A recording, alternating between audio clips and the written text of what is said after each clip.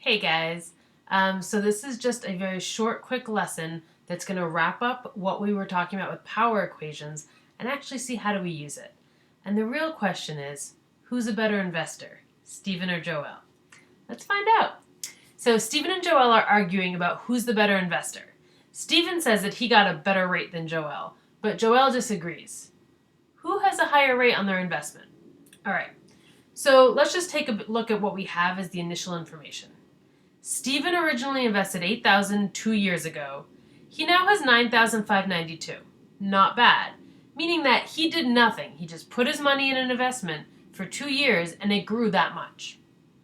Joel invested $10,000 5 years ago. He now has $14,157. All right, his money's growing. Who do you think has the better rate? So I want you right now to pause the video, take a second, and see if you can figure it out any way that your brain works. Because this is like a real lesson where I want you exploring and thinking and trying. Okay, welcome back. So now let's actually take a look and figure out what is each of their rate. So we need to do some calculation.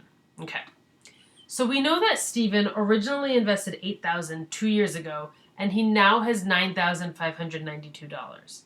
All right, let's take a look. So we're going to set up our equation. It doesn't say anything about compounding, and because it's a percent, I know that it's going to be exponential growth. So I know I'm using the formula y equals a times 1 plus rate to the t power. Cool. So now let's plug in some information. So I read Stephen originally invested $8,000 2 years ago. He now has $9,592. So what do I know? Well, this is the future amount, and I know that future amount because this is the amount after the time. So I can plug that in, 9,592 equals. A is the initial, so how much did he originally invest? Well, that's $8,000. 1 plus. R is the rate. Well, what is the rate? I look through, and they don't tell me the rate. So whatever I don't know, I keep as a variable. And t is the time in years, and that's 2 years. All right, let's set up for Joel. Joel originally invested $10,000 5 years ago, and he now has $14,157. So what is that $14,157? It's how much he has after the time. Equals the initial amount, 10,000, times 1 plus, we don't know the rate, and the time is 5 years. Now you may have tried subtracting and dividing by the number of years. That might be an interesting way to look at it. You may have tried a couple different things. Now let's take a look at actually how we can calculate the rate. So where is the unknown? The unknown is here. And that is inside of the base. Remember that when the variable is inside the base, it is a power equation. So when the variable is inside the base, it's a power equation. And if you want, write that down. The power equation is when the variable is inside the base. All right, let's get ahead with solving this. So I want to get the base and the exponent. This is my base, this is my exponent. I want to get it by itself, so I got to get rid of that 8,000. How do I do that? I divide, and whatever you do to one side of an equation, you have to remember to do to the other side. So now I have 9,592 divided by 8,000. I've got 1.199. I write all the decimals out. Squared. All right. But next thing I need to do is I got to get rid of that exponent. So now power equation, how do we get rid of the exponent? The reciprocal. So you put parentheses around both sides, and the reciprocal of 2 is a half, because it's really just like 2 over 1. Okay? Whatever you do to one side, you do to the other. So because I raised this to a half here, that's what I'm going to write on this side. So I raise it to a half here. These cancel, okay, because that's 1. So bring down just 1 plus r equals. And in my calculator, I put 1.199 to the exponent of 1/2. Make sure you're using Desmos, not iPhone.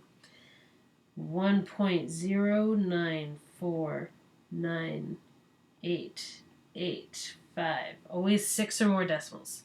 So my goal is to get r by itself. I'm subtracting 1. Okay, this is just basic algebra. R equals 0.09498885. I found my rate. But it's not in a percent yet. So remember, when I have a percent and I move it to a decimal, I divide by 100. Opposite now. So now I'm going to multiply.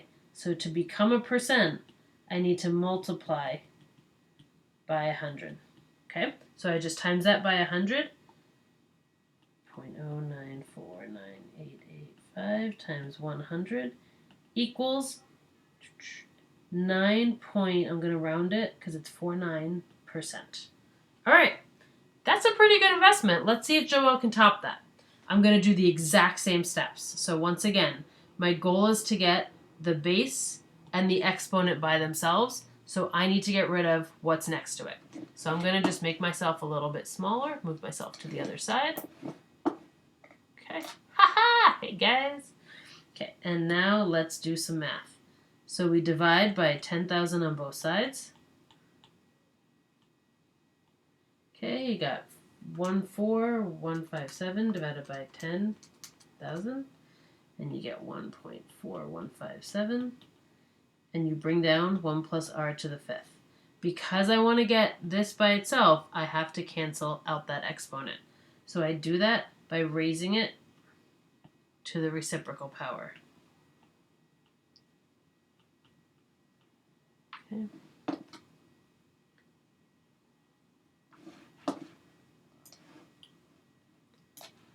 I just realized you couldn't see what was on the bottom over there. Now, I put that in my calculator to the 1/5 power, and I get 1.0719986 equals 1 plus r, because those canceled. Get r by itself by subtracting 1, and r is equal to 0.0719986. Okay, I multiply by 100, and it equals 7.199, blah, blah, blah, so 7.2%, so that I can compare them nicely with the tenths place. So who is the better investor? You got it. It was... This is Stephen. Stephen beat Joelle. Sorry, guys. So now let's take a look at what this actually means. So Stephen still had less money, right? By a lot. He had like 9,000 and Joelle had like 14,000. So is Stephen ever going to be making more money than Joelle? So let's find out. Let's say that they leave the money in the account for 15 years, okay? We're going to use our rates that we just found. This one right here, 9.5 and 7.2. And we're going to calculate. So now we know the rate. This is for Stephen.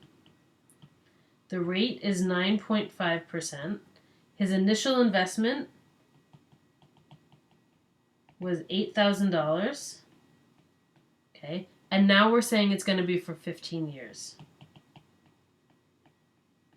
What we don't know is the future amount.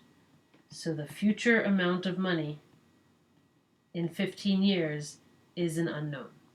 So when we set it up, we've got y equals 8,000 times 1.095, because remember that you have to divide by 100 to put it in there. 1 plus 0.095 to the 15th power. And now I put that in my calculator. 8,000 times 1 plus 0.095 to the 15th power. Wow. In 15 years, his $8,000 becomes $31,210. If he can just not touch it, leave it alone, do nothing, his money grows to $31,000. That can pay for like a year of college. Okay, that's a ton of money. And that was just by investing $8,000 for 15 years. Not too shabby. So now let's see if Joelle's stacks up. Because remember that Joelle started with more money. So it might be okay. He might have the same amount. So his rate is 7.2%, and he started with $10,000. So 1 plus 7.2 divided by 100, 0.072 to the 15th power, times 1.072 to the 15th power. And after 15 years, he has $28,374. So it's good, but it's not as good as Stephen's. So that rate does matter. Okay? That rate really makes a difference. So rate and time, look at in 15 years how much that money grows. Imagine if Stephen had been able to invest $15,000. Let's just check it out. If Stephen had been able to invest $15,000 at the beginning, without touching his money for 15 years, he would have $58,000. What if he was able to not touch it for 20 years? So if he can invest the $15,000, he doesn't touch it for 20 years, he can have almost $100,000. So money really grows fast, okay? And this is how we can find the rate and compare those rates together.